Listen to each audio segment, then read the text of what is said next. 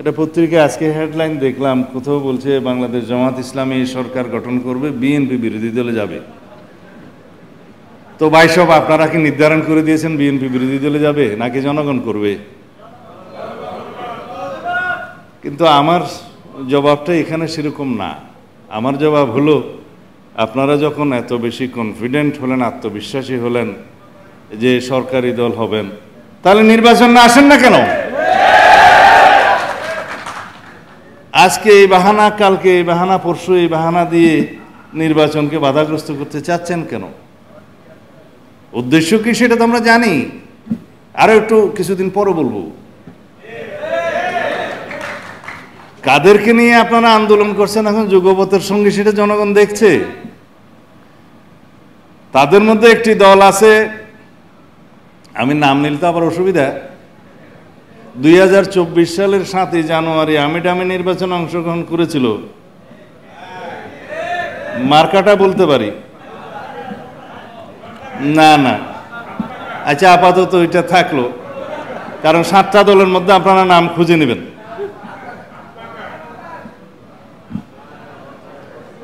তারা যদি যুগপথের সঙ্গে হলে নিষ্পাপ হয়, তাহলে বাকি যারা 28টা দল দামি দামি নির্বাচনে আওয়ামী লীগের সঙ্গে হয়েছিল, তারা কি মহাপাপী? মানে আপনাদের সাথে সঙ্গী হলে যুগপথের, তাদের কোনো পাপ নাই, এই নীতি সঠিক নয়।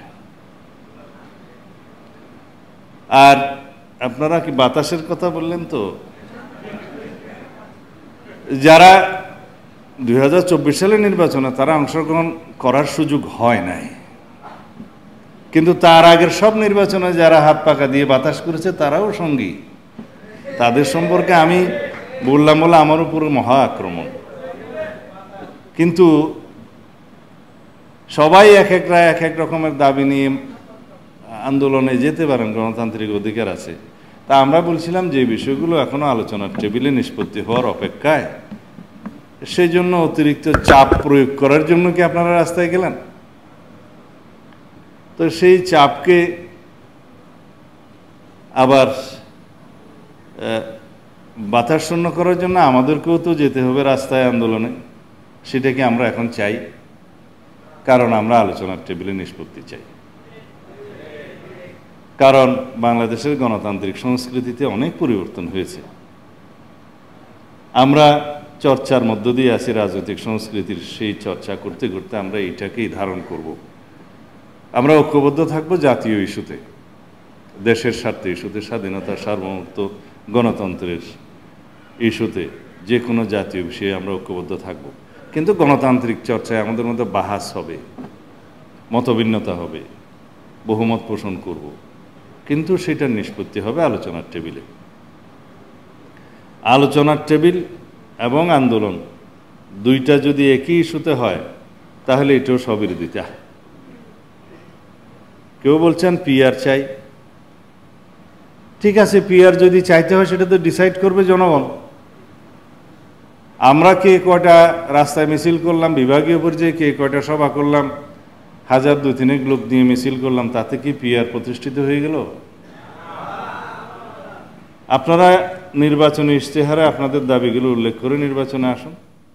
জনগণ যদি আপনাদের পক্ষে রায় দেয়, ইশতেহারের পক্ষে রায় দেয়, আপনারা সেটা বাস্তবায়ন করবেন। এটাই তো গণতান্ত্রিক রীতি।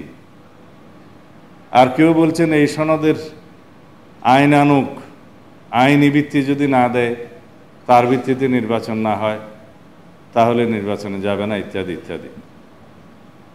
তা আইনি ভিত্তি দেওয়ার সমস্ত কলা কৌশল নিয়েই তো আমরা আলোচনায় আছি।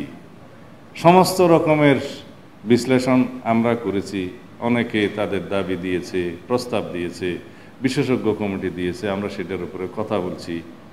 এবং কোন পদ্ধতি অবলম্বন করলে ভবিষ্যতে সাংবিধানিক জটিলতা হবে না, আইনানুগভাবে নির্বাচন করতে পারব, সেই বিষয়ে আমরা মতামত দিয়েছি। আসুন, আমরা বিচার বিভাগের মতামত নেই, কারণ দিন শেষে এটার ইন্টারপ্রিটেশনের জন্য, বৈধতা অবৈধতা যাচাইয়ের জন্য তো সেই বিচার বিভাগের কাছেই যাবে। রাষ্ট্রে আইন প্রণয়ন করে আইন বিভাগ, সেই আইনটার উপর ভিত্তি করে বিচার করে বিচার বিভাগ, সেই আইনটার বা বিচার বিভাগের সিদ্ধান্ত বাস্তবায়ন করে প্রশাসন